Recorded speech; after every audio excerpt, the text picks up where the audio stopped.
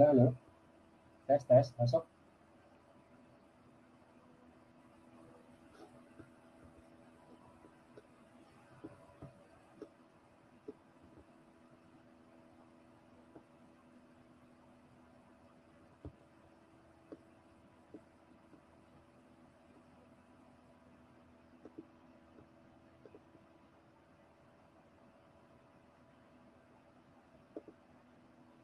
Oke.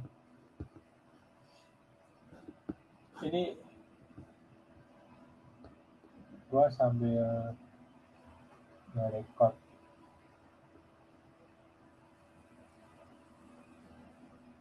Gua sambil record ke satu lagi.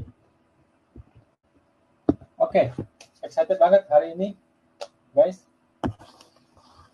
Hari tanggal 30 Agustus tahun 2021.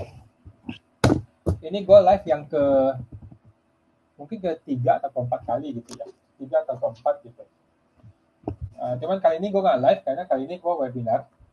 Kali ini kita betul-betul lakukan webinar karena gue baru dapat dari event X ini adalah webinar gratis sampai Desember gitu guys. Lumayan, sampai Desember dapat gratis. Harga webinar itu mahal sekali loh, mahal sekali guys. Webinar itu kalau di kayak Zoom gitu ya, bisa 20 juta, 30 juta bikin webinar gitu. Gue nggak kebayang itu mahal banget. Kalau lu tidak menjual produk yang betul-betul menghasilkan, sebaiknya nggak usah deh, karena terlalu mahal. Terlalu mahal biaya yang dikeluarkan untuk itu guys. Gitu.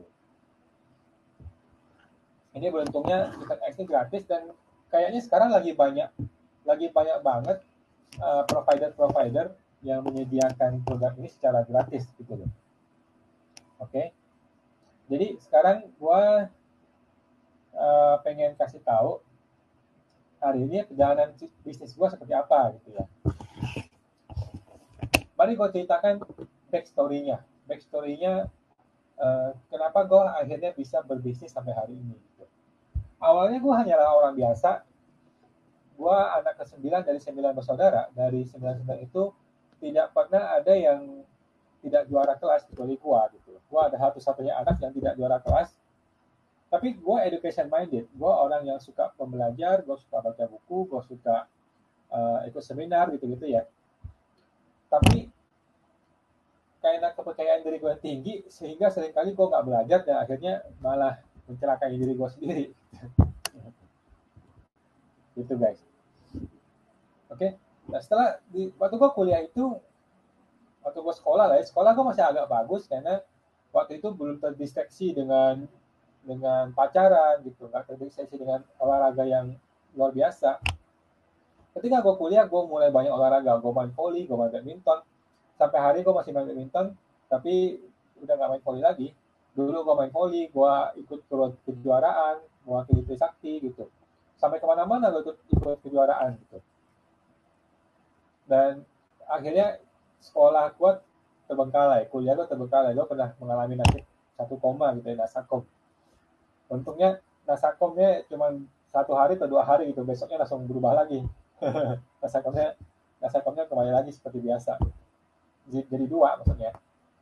Jadi nggak nasakom lagi. Nah, jadi begitulah cerita gue waktu kuliah. Gue pacaran, gue main bola, olahraga, main badminton, main volley, dan gue main pingpong juga. Gue suka kelas agama, gue suka olahraga karena hal-hal itu adalah hal-hal yang gue kuasai guys. Kan lu suka sesuatu yang lu mengerti dan lu kuasai ya kan. Kalau lu nggak ngerti dan lu nggak kuasai, lu nggak suka. Apalagi lu sudah tua. Semakin lu tua, semakin lu nggak suka dengan barang-barang ini. Semakin tua lu akan tidak tertarik atas hal-hal lu nggak suka gitu. Walaupun lu seorang pembelajar, tapi ada beberapa hal yang lu nggak akan mau sentuh gitu. Contohnya yang berhubungan dengan teknis komputer. Waduh, atau teknis yang website itu meribetkan sekali, itu sangat menyusahkan sekali. Seiring perjalanan waktu gue kuliah dibiayain sekolahnya sama keluarga gue. Gue beruntung sekali, gue anak terakhir ya, jadi dari 9 saudara gue itu mereka membiayai gue sekolah, membiayai gue kuliah, jadi gue sangat terbantu oleh mereka, gue sangat terbantu sama mereka. gue berterima kasih banget sama mereka semua. Akhirnya gue bisa lulus gitu. Dan ya gue lulus dengan tidak ada yang membanggakan dengan kelulusan gue. Gue waktu gue ikut sidang juga, aduh itu dosen sampai bilang, awan lu bodoh bener gitu, kenapa lu nggak bisa jawab beberapa pertanyaan yang sangat basic gitu. Gue nggak bisa jawab banyak banyak sekali pertanyaan yang sangat basic gitu, yang yang gue nggak bisa jawab gitu loh. Padahal eh, harusnya itu pertanyaan yang mudah dijawab, tapi karena gue kuliahnya nggak serius, nggak belajar, ya akhirnya gue nggak bisa jawab. Alhasil gue berhasil lulus. Dan untungnya waktu itu masih ada program yang namanya eh, masih ada waktu itu tuh program yang namanya non script. Jadi gue lulus tanpa skripsi guys. Oke, gue lulus tanpa skripsi. Gue ikut program namanya non script. Jadi gue cuma perlu ikut ikut seminar, terus gue lakukan penelitian, tapi gue tidak skripsi gitu. Gue beruntung banget gue ikut pelatihan itu. Gue ikut itu sehingga gue bisa lulus tanpa skripsi. Kalau diingat-ingat, kalau gue sama bikin skripsi, gue nggak akan bisa lulus karena saking gue nggak belajarnya waktu itu.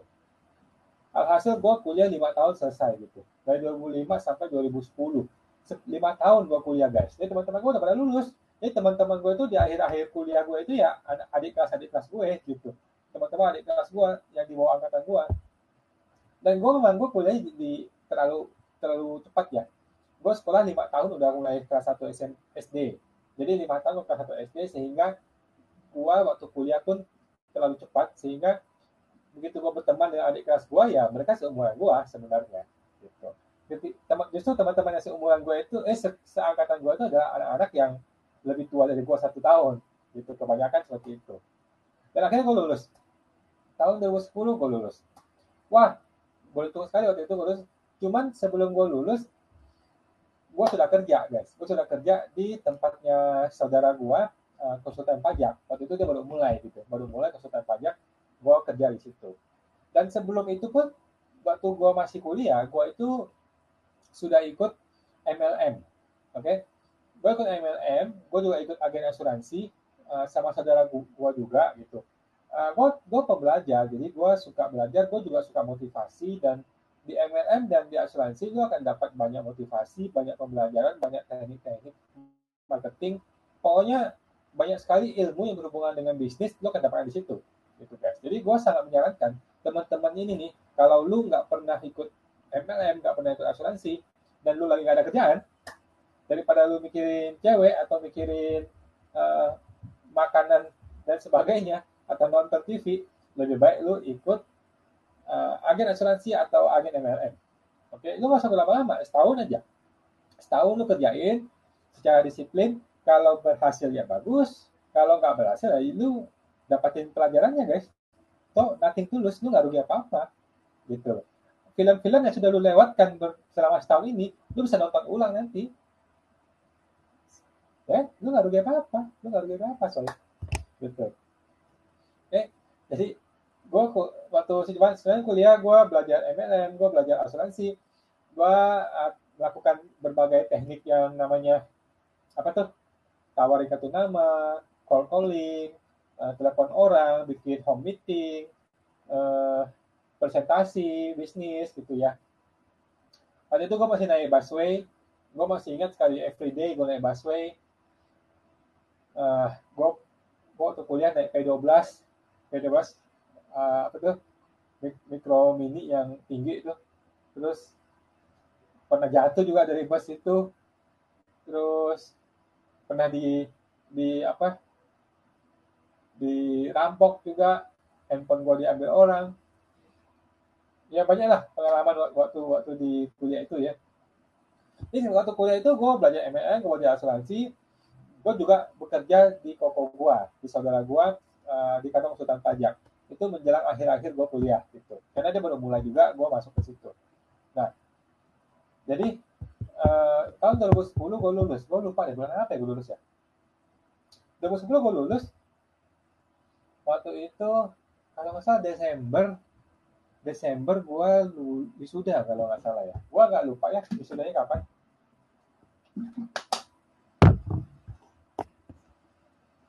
Jadi akhirnya gue wisuda, gue lulus tahun 2010.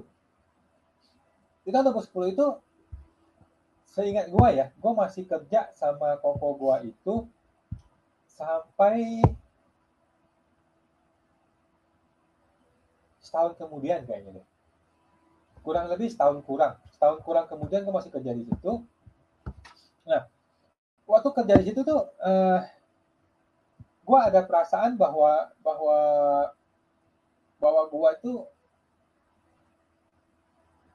nggak pengen kerja sama orang gitu. Ada desire dalam diri bahwa gue pengen lebih, I want more. Oke, gue pengen jadi orang lebih baik, lebih besar, ada potensi yang lebih besar di luar sana. Oke, ya biasa lah ya, anak kuliahan, anak sekolahan, maksudnya anak masih muda, masih punya ego yang luar biasa tinggi. Gue merasa gue terlimit di sini, gue pengen lebih besar gitu ya. Ada keinginan di situ gitu ya. Kemudian gue juga ada dorongan dari luar. Gue lihat orang-orang sana, orang-orang pada sukses, pada kerja gitu ya, pada kerja di mana-mana, ada yang multinasional company dan sebagainya. Gue juga terintimidasi sama mereka, gue juga pengen pengen sukses gitu. Suatu hari akhirnya gue bilang ke saudara gue bahwa gue mau berhenti kerja, gue mau cari pengalaman lain. Nah waktu itu heboh tuh, satu keluarga rame. Aduh gimana sih si Awan nih, kerja belum lama juga, belum bisa, nggak bisa juga kerja karena kan gue nggak punya skill ya. Gue nggak punya skill apa apa loh. Accounting nggak bisa, pajak nggak bisa. Karena gue kerja di kurir ya, gue jadi kurir di kantor itu. Ada pegawai lain yang ngerjain teknisnya, gue jadi kurir. Jadi gue tuh tugasnya, oh gue masih ingat, gue ngumpulin duit dari klien, gue bayarin duitnya ke bank. Gitu, gue bayarin duitnya ke bank, ke pajak gitu ya. Jadi si saudara gue dapat fee-nya, nanti gue digaji gitu. Gue ngumpulin duitnya gue taruh di bank, gue bayar, gue ngisi SSP. SSP pakai ketik waktu itu tuh, pakai ketik, ngisi SSP bawa ke bank, bank stempel, tanda tangan. Udah, lembar 3 sama lembar 5 kita bawa pulang. Lembar 1 sama lembar 1, lembar 2, lembar 4 buat si bank. Lembar 3, lembar 5 buat kita. Itu SSP itu. Lu semua nih yang masih muda, lu nggak pernah tahu ada cerita SSP seperti itu, ya kan? Lu nggak pernah tahu bahwa SSP itu, surat setoran pajak, dulu tuh ada 5 lembar guys. 5 lembar, kita masih beli itu satu buku, satu gepok gitu. Sekali beli segini loh. Satu gepok itu mungkin isinya 20 atau 25 gitu ya. Satu SSP itu ada 5 seri, 5 lembar. Sekali cetak tuh pakai mesin mesin yang itu loh, yang ter gitu ya. Cetak-cetak 5 lembar, 1, 3, 4 kasih ke bank, 3 sama 5 kita bawa pulang. Yang 3 ini adalah lembar yang disebut SSP asli. Ini nggak boleh hilang guys. Ini gue kumpulin lah tuh rame-rame tuh. Mau pisah-pisahin per klien, per customer gitu. Tugas gue gitu. Jadi tiap hari tugas gue gitu. Gue ngumpulin duit, gue bayarin pajak, gue cetak SSP, gue ke KPP, kirim surat ke KPP. Jadi gue tahu semua KPP guys. Gue tahu semua KPP di Jakarta, hampir semua lah. Hampir semua KPP di Jakarta gue tahu alamatnya. Karena gue setiap hari bolak-balik kantor pajak, naik motor. Gitu. Nah, jadi satu hari kok akhirnya berhenti gitu ya. Jadi bokap gue juga marah-marah, lu mau kerja apa gitu kalau berhenti gitu. Kenapa sih nggak kerja aja di situ? Gue nggak inilah, gue pengen berkembang gitu kan. Akhirnya saudara gue yang lain join ke perusahaan toko gue, sehingga gue bisa lepas gitu loh. Jadi kerjaan gue bisa gue lepas ke saudara gue ini. Oke, jadi gue lepas. Nah, gue lupa waktu itu gue ngapain ya. Seingat gue kayaknya gue kembali ke asuransi deh. Iya. Gue kembali ke asuransi sama saudara gue yang lain. Gue kembali ke asuransi gitu kalau saya 3 bulan atau 4 bulan gitu. Jadi selama 4 bulan itu, seingat gue tidak menghasilkan banyak banyak bisnis sih. Gue cuma terima duit sedikit aja. Gue cuma jual asuransi sedikit aja. Bahkan biaya hidup gue dibiayai oleh saudara gue itu. Gue ingat banget, gue dibantu oleh saudara gue itu untuk biaya hidup gue. Kan gue nggak nyaman dong, ya kan? Nggak nyaman dong dibiayai sama saudara gue gitu. Akhirnya suatu hari mungkin bercampur perasaan malu, bercampur perasaan gue nggak bisa lah, nggak nyaman lah gitu. Akhirnya gue berhenti. Gue bilang sama saudara gue mau berhenti. Dan next stepnya adalah apa nih?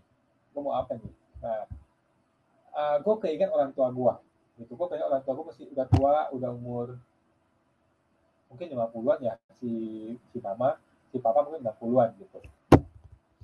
Jadi di tahun 2000, no, tahun 2011 kalau nggak salah, tahun 2011 atau 12 awal itu gue pulang ke Kalimantan. Gue pulang ke Kalimantan, gue uh, hidup bersama orang tua gue. Ya, orang tua gue itu ceritanya mereka ini manusia unik gitu ya. Mereka manusia unik, mereka hanya hidup berdua, nggak ada pembantu, nggak ada saudara, nggak ada teman, nggak ada anak, hanya berdua aja gitu.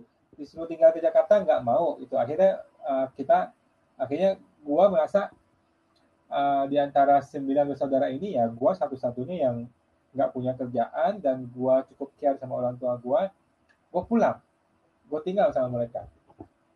Nah gue pikir this is the right time gitu lah.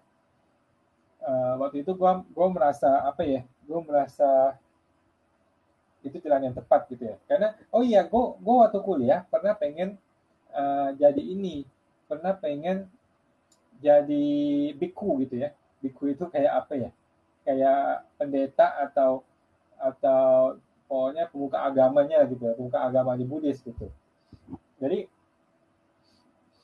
sejujurnya secara secara dalam hati ya gue nggak terlalu kepengen punya harta gitu dan sebagainya gitu. Jadi ada perasaan bahwa oh gue bisa kok hidup bersyukur, hidup secukupnya gitu. Akhirnya gue pulang ke Kalimantan.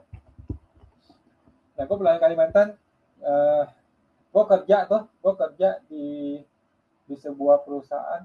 Oh iya, gue ingat gue kerja di sebuah perusahaan, di sebuah bos, satu orang bos. Itu kerjaannya bosnya ini tuh kerjaannya adalah jualan tanah dan pasir, guys. Dia jual tanah dan pasir.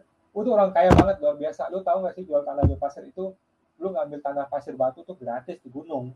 Mungkin lu bayar sedikit lah gitu, peti gitu. Tapi tanah pasir batu tuh gratis, lu tinggal patok-patok lu ambil, lu jual ke pengembang, developer, kontraktor gitu loh ya. Lu jual, lu punya mobil, lu jual gitu kan. Jadi everyday jualan begitu.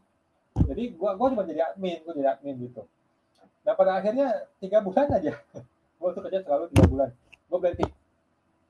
Okay? Gue berhenti setelah 3 bulan, gue nggak merasa dapat apa-apa gitu. Akhirnya setelah 2 bulan itu, 3 bulan itu, nah gue ditarik ke yayasan sekolah gitu. Jadi gue cukup aktif di apa tempat ibadah, gue cukup aktif di yayasan gitu ya. Akhirnya gue ditarik sebagai salah satu admin yayasan gitu. Nah gue pikir yayasan ini cukup oke. Tapi ternyata enggak juga. Baru kerja berapa bulan, 3 atau 4 bulan atau 6 bulan gitu deh ya. Nah, gue nggak sanggup, gue nggak bisa gitu. Ada aja masalah yang bikin gue tuh nggak betah gitu. Nah disitulah akhirnya ada satu titik di mana bokap gue tanya, lu gimana? Gue masih ingat gue lagi BL waktu itu. Gue lagi BL gitu ya di WC. Si bokap tanya, lu mau kerja seperti ini sampai kapan gitu. Nah, kita ribut waktu itu. Ya gue bilang suka-suka gue lah. Nanti gue pikirin mau gimana gitu kan, hidup gue gitu kan. Nah tapi seiring waktu gue baru pikir ya benar juga ya kata bokap ya, karena kalau suatu hari nyokap orang tua gue pergi, gue ditinggal sendirian, sedangkan gue punya penghasilan sangat kecil gitu ya. Ya keluarga gue juga nggak akan peduli sama gue gitu, saudara-saudara gue juga nggak akan peduli sama gue gitu kan. Akhirnya gue bisa bahaya, bisa celaka nih, gue bisa hidup sebatang kara nggak punya duit gitu. Kalau sebatang kara orang kaya sih nggak apa-apa gitu kan. Akhirnya gue berpikir oke, kalau gitu bagaimana nih solusinya nih? Solusinya adalah kebetulan juga gue pengen berhenti dari yayasan kan. Ya udah, gue bikin statement bahwa gue pengen kembali ke Jakarta bekerja. Gitu. Gue masih ingat itu tahun 2013, 2012, 2012 guys. 2012 gue pengen ke Jakarta kerja gitu ya. Gue mulai menghubungi teman-teman gue bilang ke nyokap, gue masih ingat waktu itu nyokap lagi cuci baju sama gue. Jadi gue tiap hari bangun pagi bantu nyokap cuci baju pakai tangan ya, pakai tangan. Nyokap tuh bangun jam 5 pagi, apa jam 4 gitu deh. Gue jam 6 bangun, dia udah setengah setengah jalan nyuci, aku bantuin dia nyuci, gitu, bantuin dia jemur, dan sebagainya gitu. Pada akhirnya, gue bilang ke nyokap bahwa gue mau ke Jakarta lagi. Menurut lu gimana? Ya nyokap bilang oke-oke aja. Gitu. Akhirnya ya kita sama-sama sepakat, gue bilang ke bokap juga gue mau ke Jakarta. Ya udah, gue berhenti dari yayasan, gue ke Jakarta, gue kerja di sebuah perusahaan company, uh, sebuah perusahaan yang di bidang kereta api. Jadi gue jual bantalan kereta api. Jadi lu tahu kan ada kereta api, di bawah kereta api itu ada relnya, di bawahnya rel itu ada beton-beton. Nah, gue jual betonnya itu tuh. Antara beton dan rel itu diikat oleh yang namanya penjepit apa gitu deh, namanya lupa gue. Nah, gue jual itu. Penjepit itu sama beton bawahnya. Karena relnya itu nggak ada jual. Rel itu di Indonesia nggak bisa bikin, guys. Lu tahu nggak? Rel itu sangat-sangat spesifik, tidak mudah dibikin, tidak bisa dibikin oleh Indonesia. Itu mesti impor. Oke? Okay? Jadi rel itu diimpor oleh Indonesia dari luar negeri.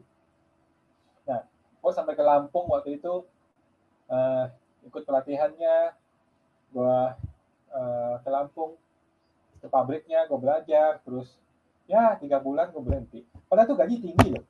Waktu itu tuh gajinya itu sangat-sangat tinggi guys. Itu tahun 2013 loh.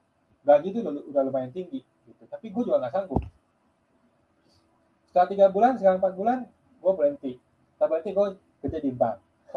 Kerja di bank gue sebagai marketingnya. Marketing bank itu jualan ini, deposito biasa. Lu invest 100 juta, bunganya sekian. 200 juta, bunganya sekian. 500 juta, bunganya sekian. 1 M, bunganya sekian. Ini biasalah. Ada dapat handphone lah, dapat apalah, segala macam gitu ya. Sampai akhirnya gue berhenti. Baru 3 bulan gue berhenti. Gitu ya. Karena gue pikir kalau gue kerja di bank, gue nggak bisa bikin bank gitu kan. Gue punya visi pengen bisnis di akhirnya ini. Jadi makin lama gue makin berpikir kalau gue kerja terus ya gue nggak bisa sukses. Kalau gue mau sukses gue masih kerja, gue masih berbisnis gitu kan. Tapi kan waktu itu belum kepikiran mau bisnis apa nih, belum, masih baru ada arah-arah gitu kan. Gue berhenti dari bank. Nah, setelah gue berhenti dari bank, gue kerja sama teman gue di perminyakan gitu. Di bisnis perminyakan ini bisnis yang multi miliar dolar juga sih. Di perminyakan, teman gue baru mulai bisnis gitu, jadi butuh bantuan. Jadi ini teman SMA, teman baik gitu. Jadi gue kerja sebagai marketing. Dan nggak sanggup juga, baru 3 bulan atau 4 bulan gitu gue berhenti gitu. Jadi memang wataknya gue itu nggak bisa disuruh-suruh sama orang, wataknya gue nggak bisa dipimpin sama orang, gue harus memimpin. Tapi gue nggak pernah mimpin orang gitu kan. Nah, akhirnya setelah gue berhenti di kantor gue ini, gue membuat keputusan. Di malam hari gue masih ingat tuh tahun 2013 ya kalau salah. 2013 gue akan berbisnis. Gitu. Gue nggak mau lagi dipimpin oleh satu orang pun manusia, siapapun yang pokoknya punya 2 kaki, gue nggak mau dipimpin oleh orang. Gue mau berbisnis. Nah, pertanyaan berikutnya adalah bisnisnya apa?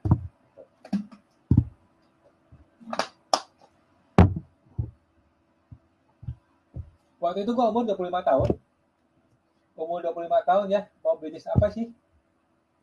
Coba lu pikir, umur 25 tahun, nggak punya duit, lu mau bisnis apa? Gue masih ingat waktu itu gaji aja gue masih bergantung sama kantor gue itu gitu loh. Gaji aja gue setengah mati gitu. Mau kerja apa? Jadi gue nggak kepikiran mau bisnis apa. Jadi boro-boro mau bisnis, duit aja nggak ada gitu ya. Jadi kalau teman-teman lagi nggak punya duit ya, lu jangan berbisnis, lu kerja dulu, ya kerja dulu, kumpulin modal dulu. Kalau nggak ada modal ya jangan dulu berbisnis, gitu ya. Kecuali lu yakin bisnis itu betul-betul nggak perlu modal gitu ya. Dan jangan pernah berhutang untuk berbisnis, oke? Jangan pernah berhutang untuk berbisnis karena beda cerita kalau lu seorang profesional bisnis, oke? Lu orang sudah berpengalaman puluhan tahun, lu boleh berhutang untuk bisnis. Tapi kalau lu nggak punya pengalaman, lu berpikir dengan berhutang itu bisa membantu modal lu, no,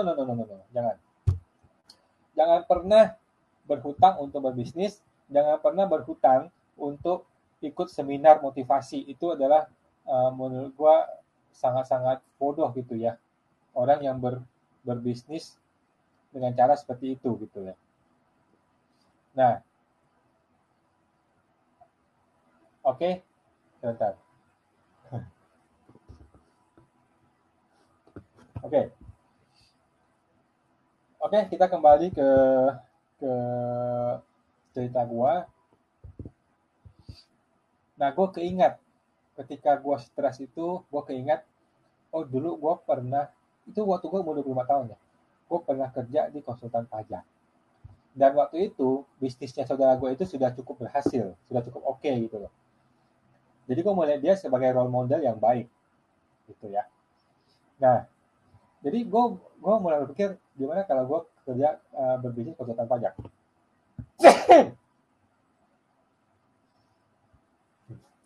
Jadi gue jadi konsultan pajak nih. Gue pikir, oh gimana kalau gue jadi konsultan pajak ya? Oke, menarik nih. Waktu itu gue sama sekali nggak ngerti accounting, nggak ngerti pajak, nggak ngerti apa-apa, tapi gue tahu alamat KPP, gue tahu cara bayar pajak gitu ya. Jadi gue bilang ke diri gue sendiri, gue mau konsultan pajak, dan gue mulai membuat master plan nih, strategi, pakai Excel. Oh, gue udah mikir nih, di bulan pertama ada klien satu, bulan kedua klien dua, bulan ketiga klien tiga, seterusnya begitu terus sampai sampai gue kaya gitu ya.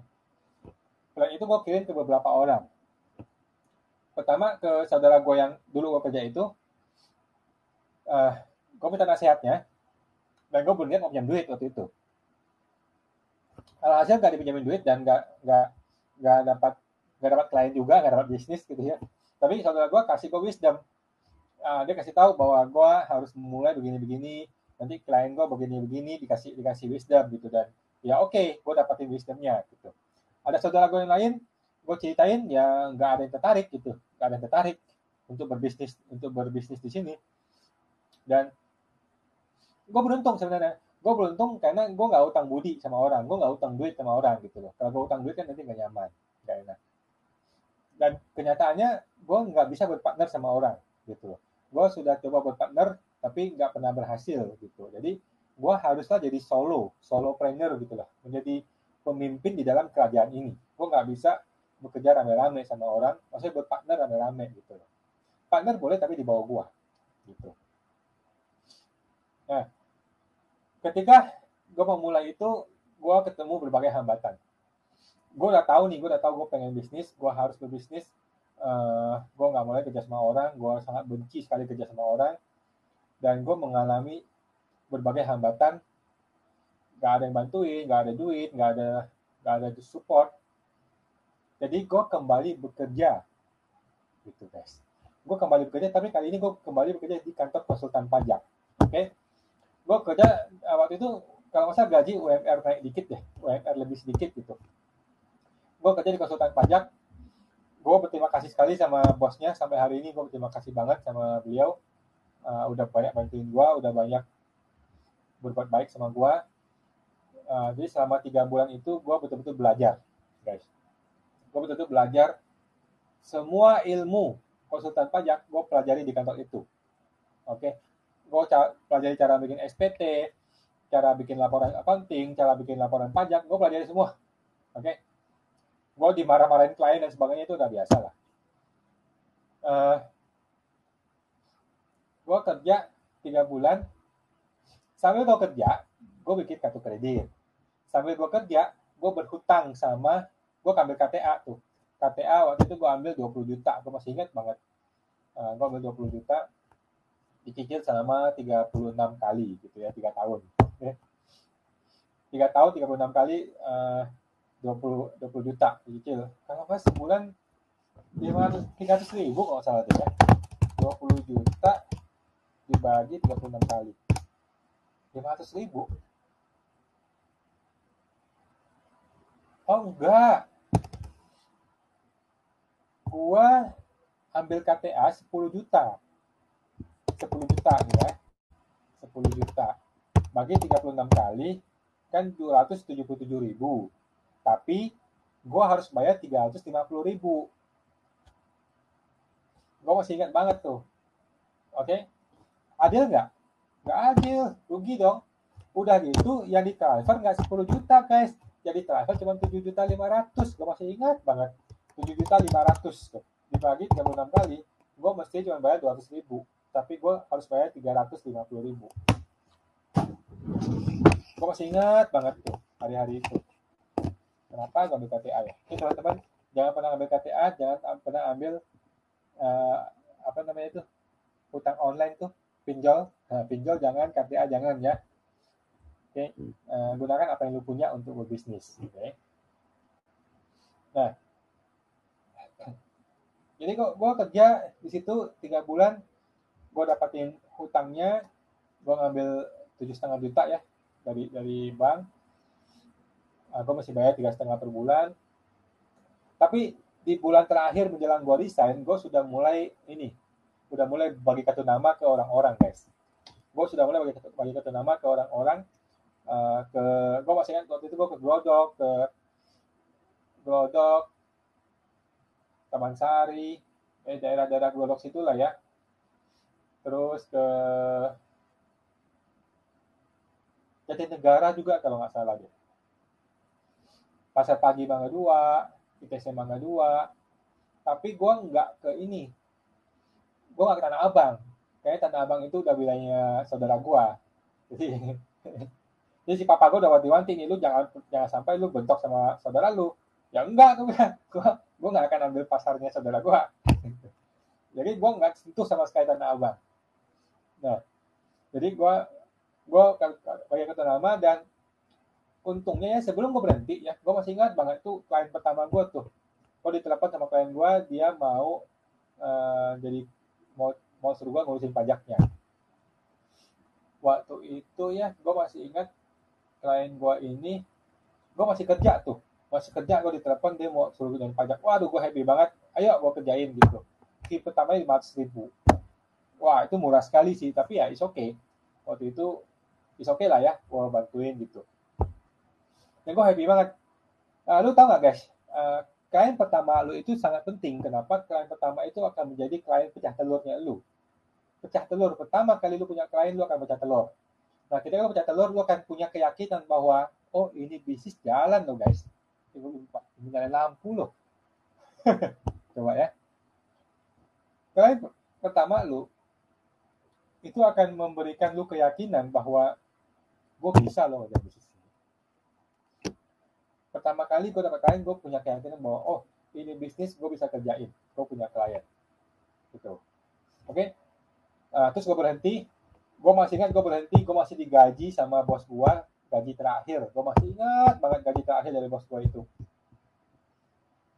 Aduh, kalau suatu hari ada waktu gue pengen ketemu dia, pengen terima kasih deh. Namanya Pak Hendri. Thank you Pak Hendri. Suatu hari gue akan ketemu dia dan terima kasih sama dia. Dia bos yang baik banget. Bahkan di akhir gue kerja, dia kasih gue gaji terakhir full, nggak dipotong.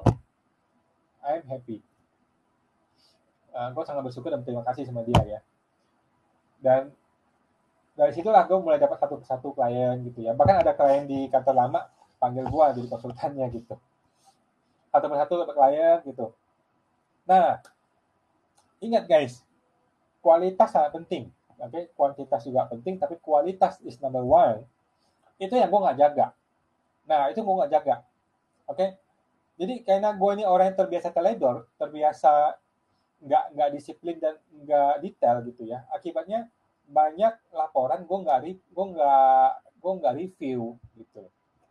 Karena gue nggak review, akhirnya nggak berhasil bikin laporan yang benar gitu guys. Oke, nah jadi seiring waktu kliennya makin banyak kan, klien makin banyak membludak gitu ya, sampai gue nggak sanggup, rasanya udah mau muntah loh, klien segitu banyak, lu nggak kebayang kan, lu yang hari ini belum berbisnis, lu nggak akan kebayang punya banyak klien tuh sampai lu mau muntah gitu, sampai lu nggak sanggup. Kenapa? Pertama harga gue murah, harga gue tidak mahal, murah gitu. Kliennya banyak klien itu berarti banyak masalah guys. Satu kepala aja banyak masalah, apalagi kepalanya banyak ya kan. Oke, banyak masalah gitu.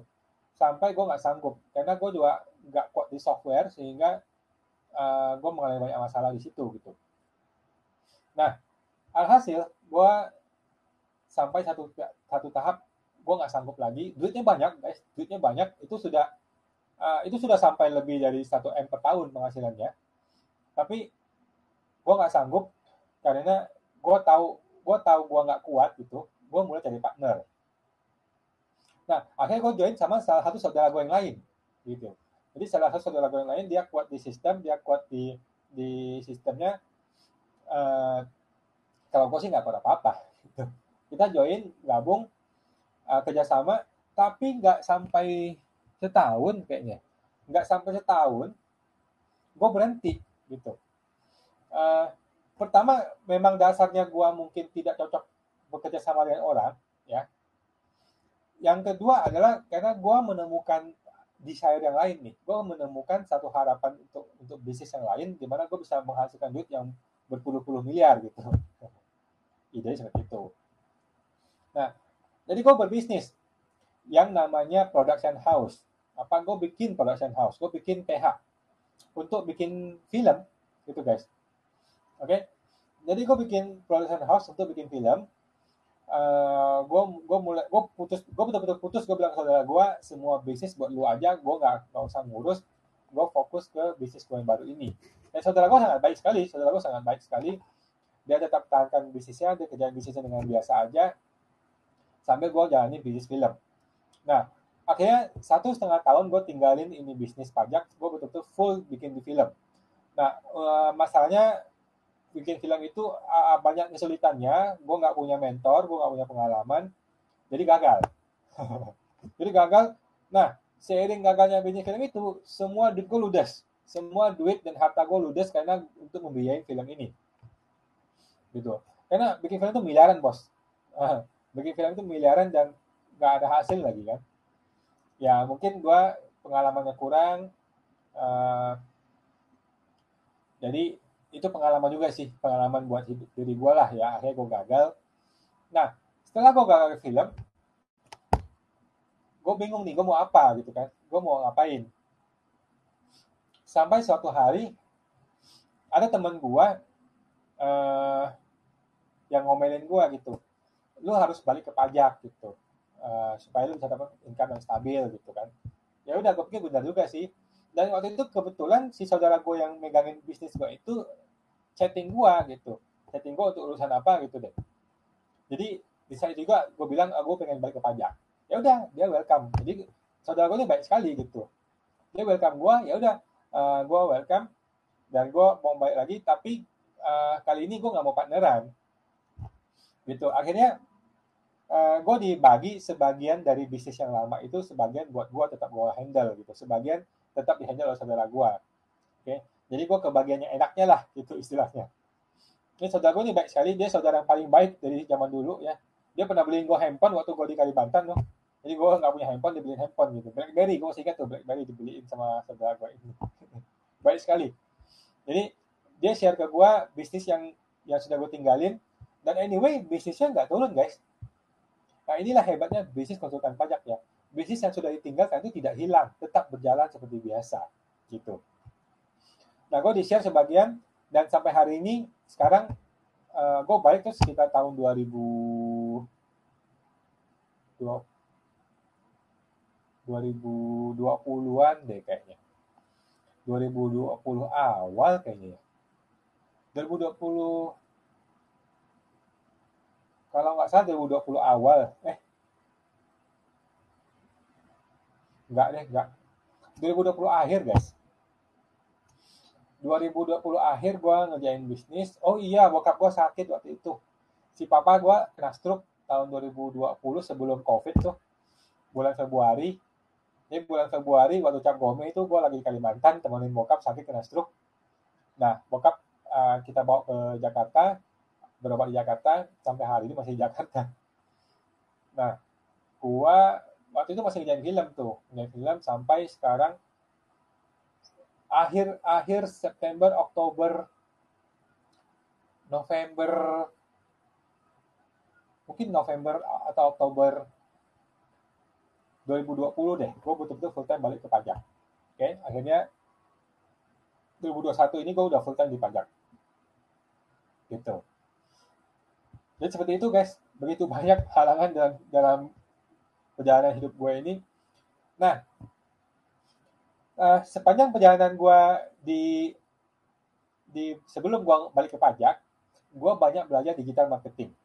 Nah, di sinilah gue kenal yang namanya sales funnel, apa itu digital marketing, bagaimana online marketing itu bekerja, bagaimana kursus online, bagaimana dunia-dunia website gitu ya. Gue ikut kursus website, gue sampai bisa bikin website loh. Jadi gue bisa bikin website dari coding dari nol, guys. Luar biasa. Itu stres luar biasa. Dan ternyata ada yang namanya WordPress. Tinggal drag and click, drag and click itu aja ya. Goblok bener, ngapain gue coding gitu ya. Tapi ya coding ada gunanya lah ya. Kalau lu pada coding lu tahu istilah-istilah dan HTML. Oke. Nah, akhirnya gue kembali membuat rencana gitu. Gue mau ngapain sih? Karena gue balik, gue kan nggak mau mengalami masalah dulu lalu itu kan. Akhirnya gue mengalami perubahan. Apa sih yang mau gue kerjain gitu di bisnis ini? Akhirnya gue kepikiran begini. Gue hanya bisa puas kalau gue bisa bantu banyak orang sukses dalam hidupnya. How? Bagaimana caranya? Oke. Akhirnya gue kepikiran, oke, kalau gitu gue akan bantu orang-orang jadi konsultan pajak. Ya? Jadi siapa aja nih orang-orang, karyawan atau siapapun, gue akan bantu dia untuk jadi konsultan pajak.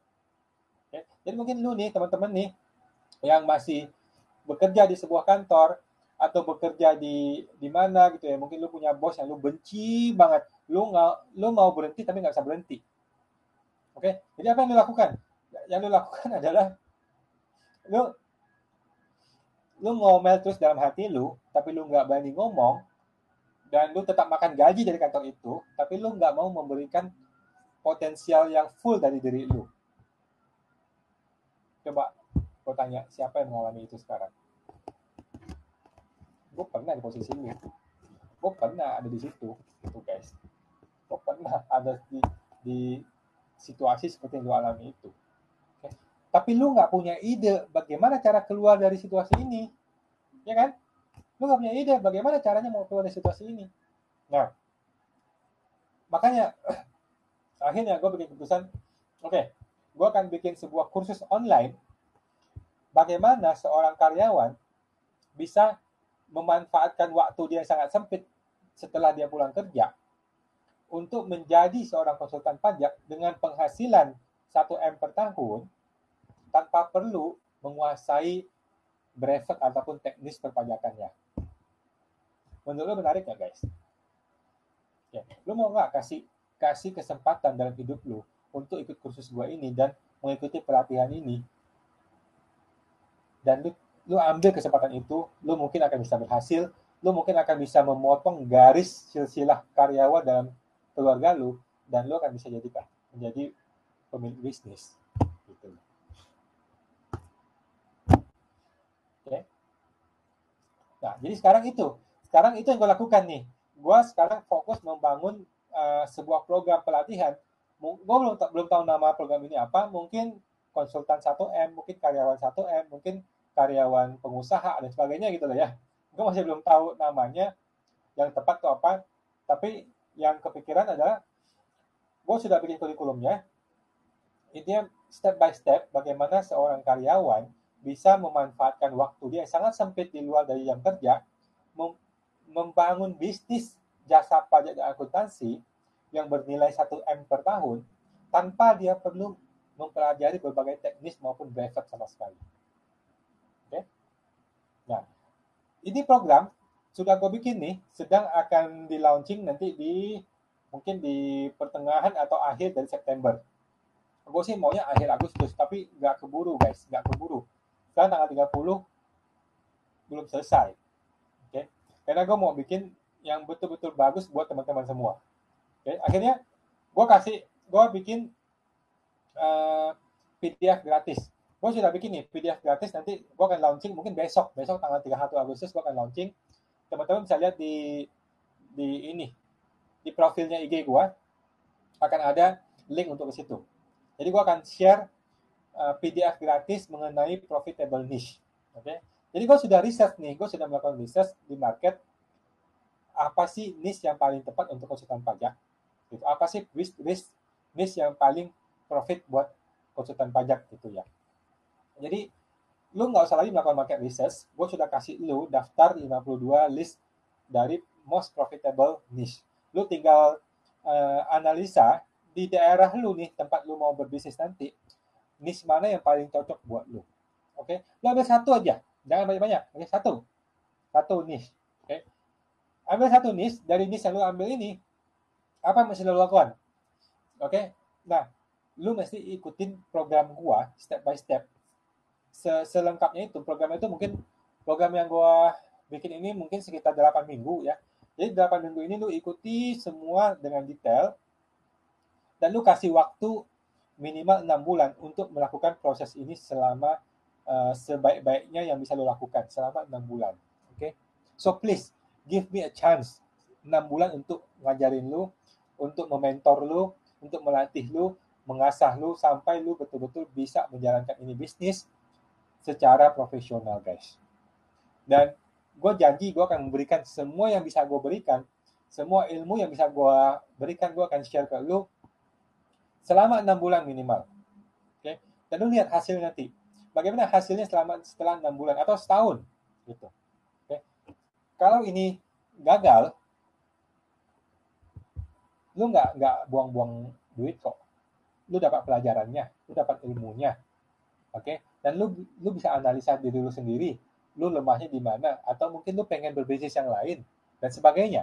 Tapi kalau lu berhasil, maka pertama kali dalam hidup lu akan memiliki harapan bahwa oh, gue nggak usah kerja ya sama orang ya, gue bisa lo punya bisnis sendiri, gue bisa lo Senin pagi nggak mau kerja, gue pengen jalan-jalan bisa, gue bisa lo hari Rabu nemenin saudara gue pergi, nemenin orang tua gue jalan-jalan bisa, nggak usah kerja, gitu, nggak usah terikat dengan jam kerja.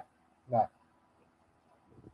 perasaan itu lu belum bisa miliki hari ini karena dari dulu sampai sekarang lu bekerja, gitu guys. Lu nggak pernah mengalami terbebas dari ikatan pekerjaan pagi sampai sore jam 8 sampai jam 5 itu setiap hari lu lakukan bertahun-tahun terakhir ini, guys. Oke? Jadi gimana solusinya?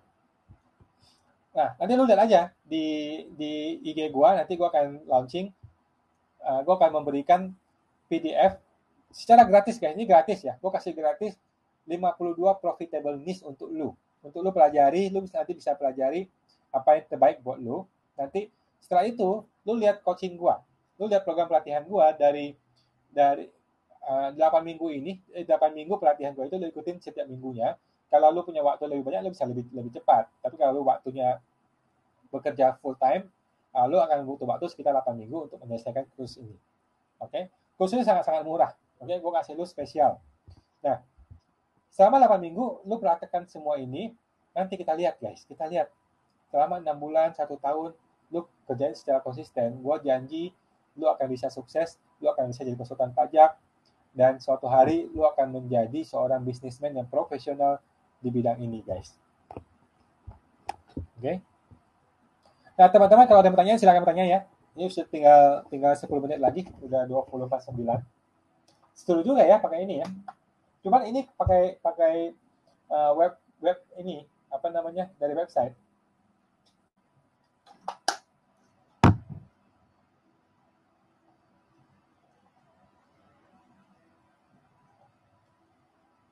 Oke. Teman-teman silakan bertanya kalau ada mau tanyain. By the way, gue sambil zoom sama grup yang lain ya. Jadi agak sedikit terdistraksi, tapi nggak apa-apa. Oke. Okay.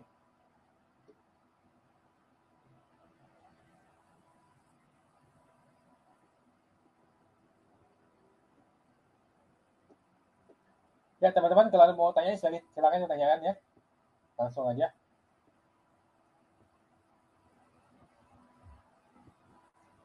Oke. Oke. Baik. Jadi ketika seorang karyawan, kalau lu nggak pernah berbisnis sebelumnya, dan gue kasih tahu lu bahwa lu bisa jadi konsultan pajak, reaksi pertama lu adalah ada perasaan bahwa diri lu tuh nggak sanggup.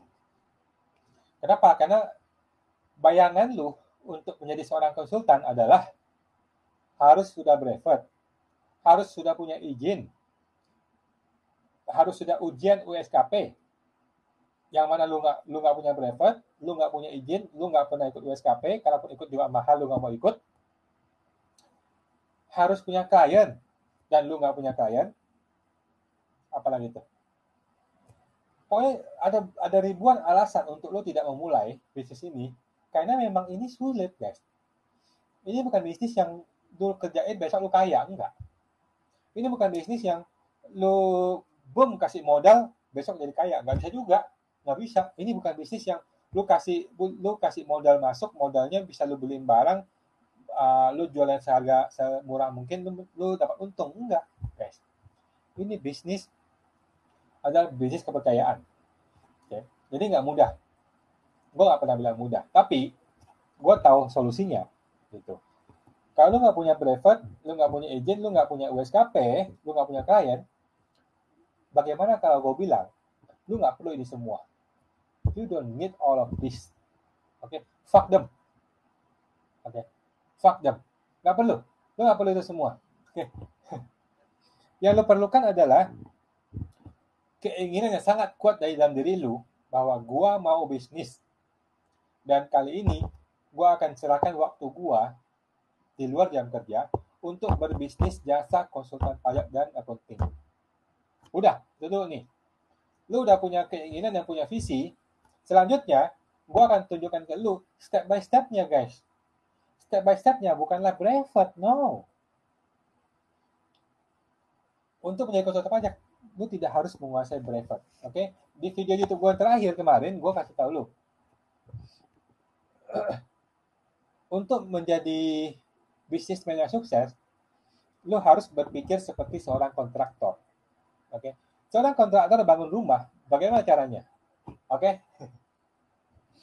Seorang kontraktor bisa nggak desain rumah? Bisa, tapi dia tidak lakukan. Dia panggil seorang desainer yang jago, dia suruh dia mendesain rumah itu.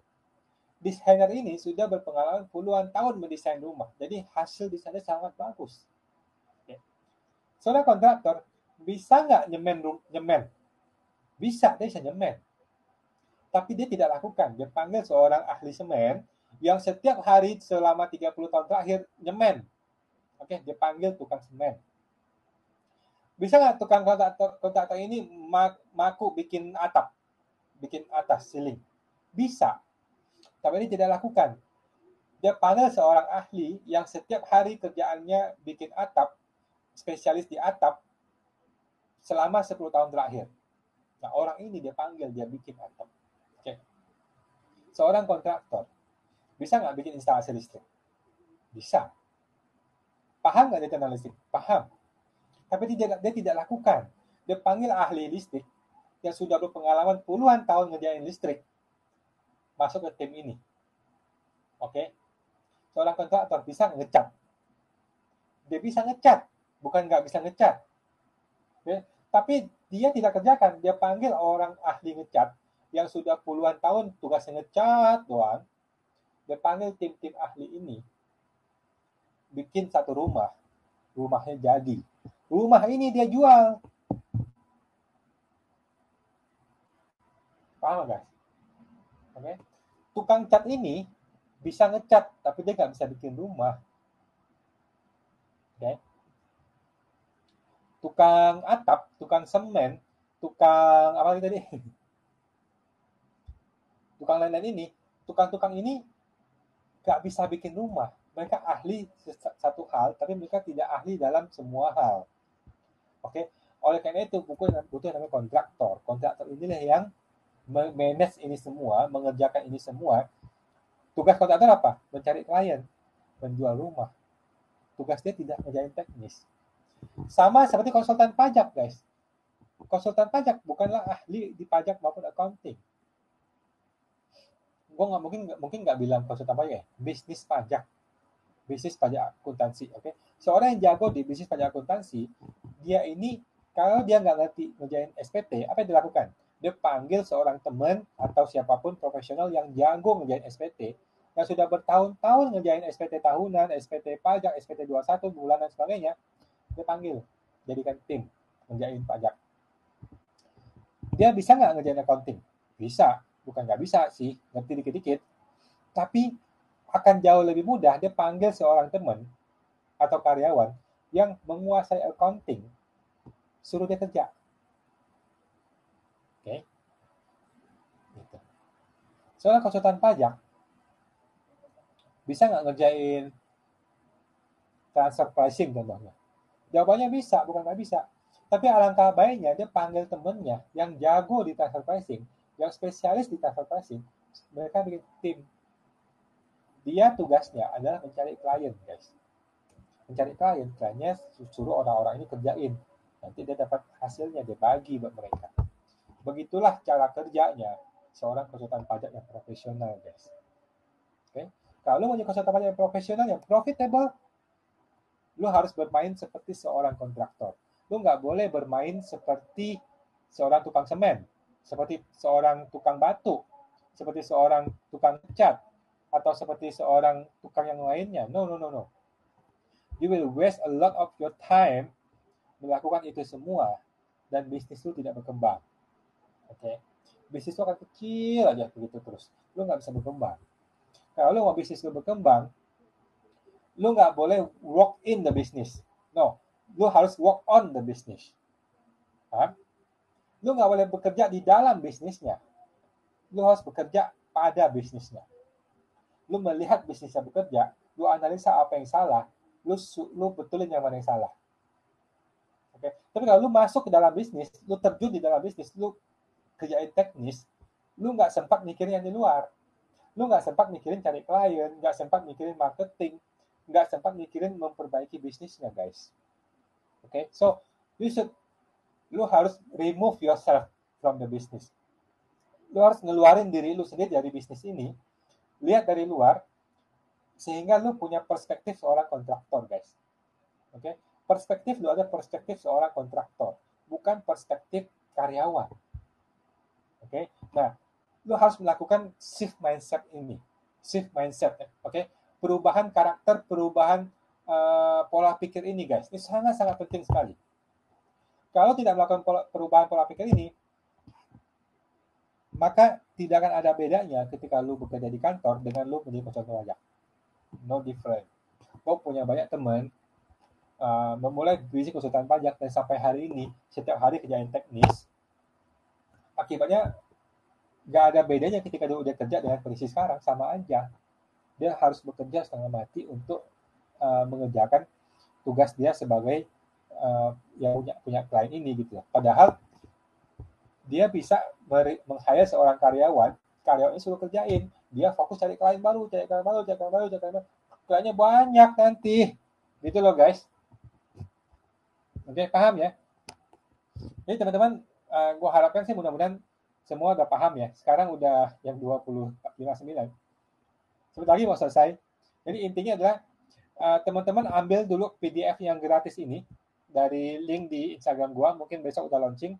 Ambil PDF ini mengenai 52 most profitable niche, yaitu niche yang paling profitable untuk teman-teman bisa ambil, pelajari itu, dan teman-teman tinggal analisa mau ngambil yang mana untuk wilayah kerja lu, yang paling profit, yang paling bagus buat lu.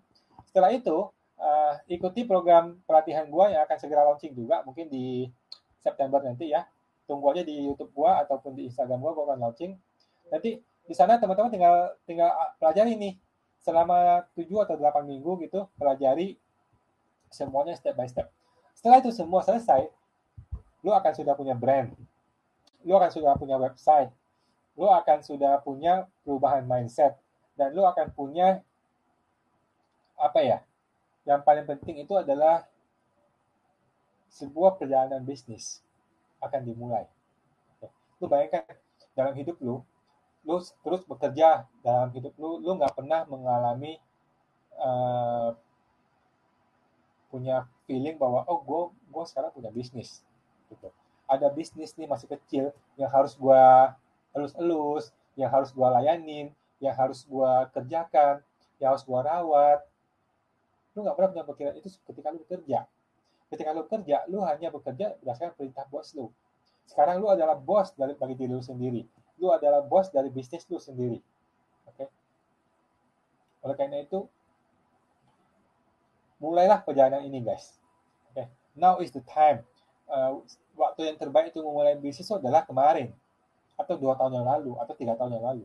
Waktu kedua untuk memulai bisnis adalah sekarang, today. Oke, now, today. Oke, teman-teman, ambil aja PDF-nya gratis, teman-teman pelajari, nanti masuk ke program pelatihannya, dan sampai jumpa di Mastermind Go nanti. Oke, sampai jumpa semua. See you.